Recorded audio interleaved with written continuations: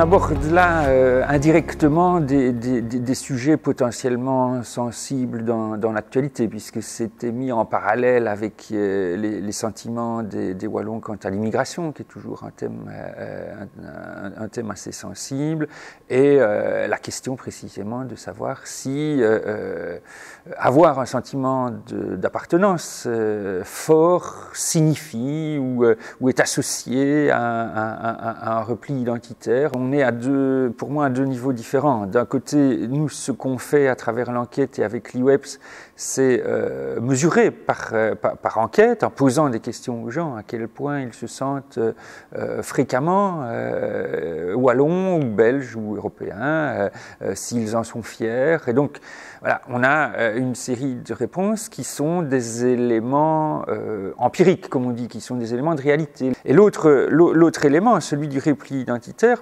fondamentalement, c'est un jugement de valeur. Si on peut mobiliser quelque chose des résultats d'enquête qu'on a, donc d'observation de la réalité, c'est un constat qui est absolument uniforme, qui est constant depuis 25 ans qu'on mesure ces questions d'identité, c'est plus les gens se sentent wallons et plus ils se sentent belges aussi.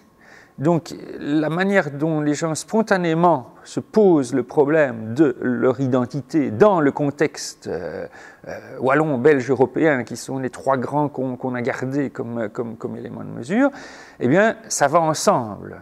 On n'est pas du tout, mais pas du tout, dans le schéma où on aurait une partie de la population qui se sentirait wallon et pas belge, et une autre partie qui se sentirait belge et pas wallon. Il n'y a pas d'automatisme de rejet, de négation d'une autre entité parce qu'on se sent fort identifié à la Wallonie. Donc l'idée, est-ce qu'il y a un risque de repli identitaire?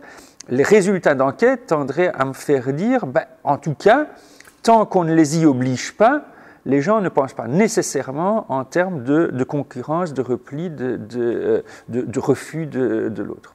Moi, je trouve qu'on avance dans la compréhension du monde et dans son propre positionnement vis-à-vis de ce monde si on fait un minimum de distinction entre qu'est-ce qui se passe, qu'est-ce qu'on a dans la réalité, que je sois ou non content avec ça, et puis qu'est-ce que je voudrais qu'il soit. Et je pense qu'il faut débattre des deux choses de manière un petit peu organisée, séparée, faire un diagnostic sur ce qu'on a sous les yeux, d'une part, et d'autre part, avoir un débat sur ce qu'on voudrait qu'il soit et quelle est la distance entre la réalité aujourd'hui et ce qu'on souhaiterait.